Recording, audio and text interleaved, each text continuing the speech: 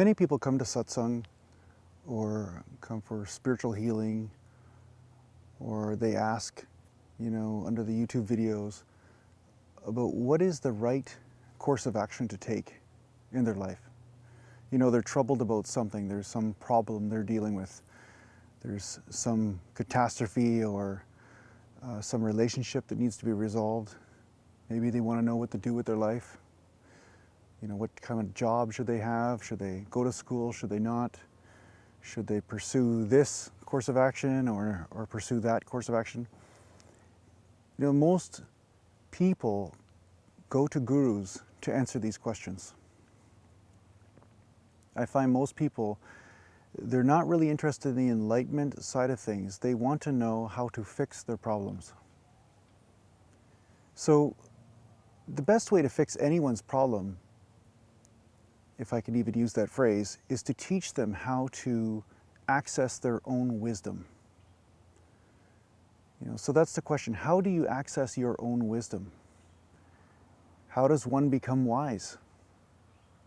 So many people go to gurus and they get frustrated because this person couldn't give them the answer they wanted. But the truth is, the guru is taking you to a place where you can access your own wisdom and have your own discernment on what is right for you. So I'll talk about this briefly. How you know about what is right for you, how you will know, is that there will be a movement of happiness. I've talked about this a lot of times in all my other videos. Most people are lost because they're miserable, even if they're unconscious of it. Many times they are feeling a certain amount of pain, but they've become so numb to it that they don't even know it's there. And then they're wondering why they have confusion. You don't have to convince someone about a course of action if that course of action is totally happy for them. You never have to convince them. If they're totally happy about playing with a ball or having fun with a camera, or if they love doing art, you don't have to convince them to do this.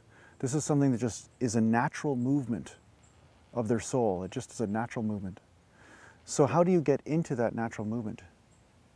Well, the first thing is that if you're confused about your life, that means you are in pain, whether you're conscious of it or not.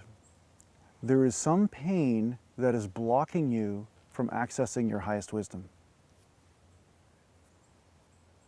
Just let you sit with that for a second.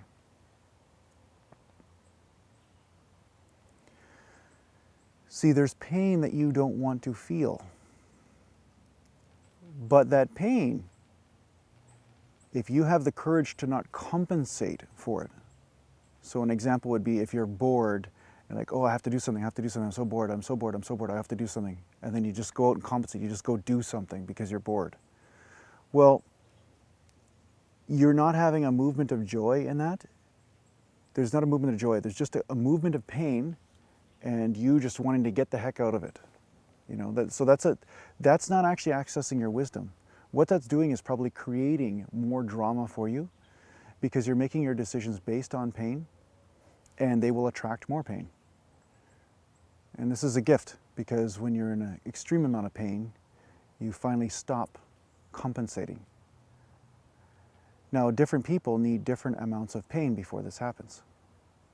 Unfortunately, some people need a lot of pain before they stop compensating. I've seen it a lot with the students that come to our meditations and to our satsangs and to healings. Some of them are very wise. They have a little bit of pain. They're like, what is that? And they sit and they feel it. And then what happens is then they start to feel joy. And then that joy naturally moves. It has its own wisdom. It's almost like it has a mind of its own. Okay? But other students, they come and they feel a bit of pain and they, sit in it, and then bang, they compensate for it. And they continue doing this cycle. And then this pain, they haven't dealt with that, but then the new situation they're in, now there's some other pain, they don't know how to deal with that. It's basically they don't know how to deal with pain. That's actually their problem.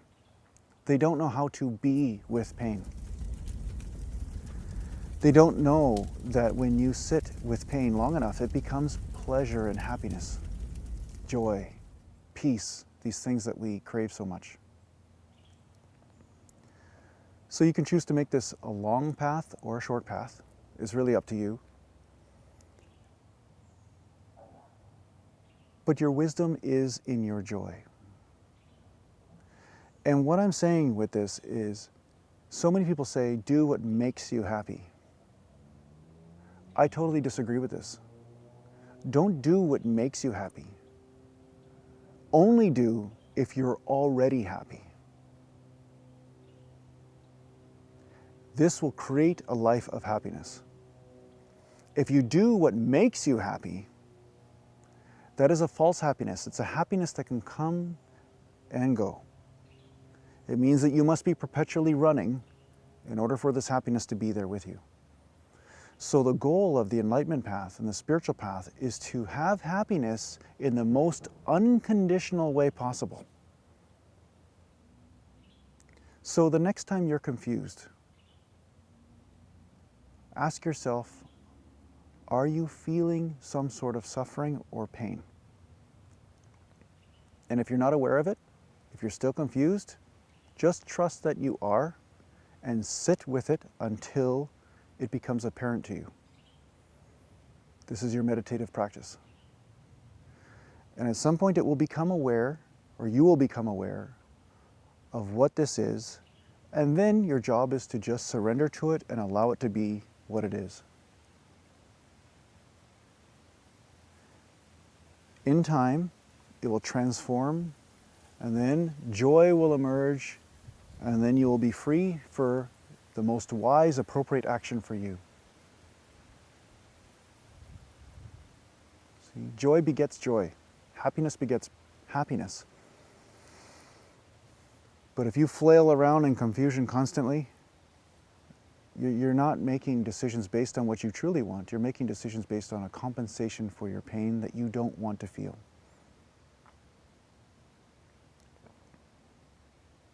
So I hope this helps you. Feel free to leave a question or a comment, and I'll see you next time.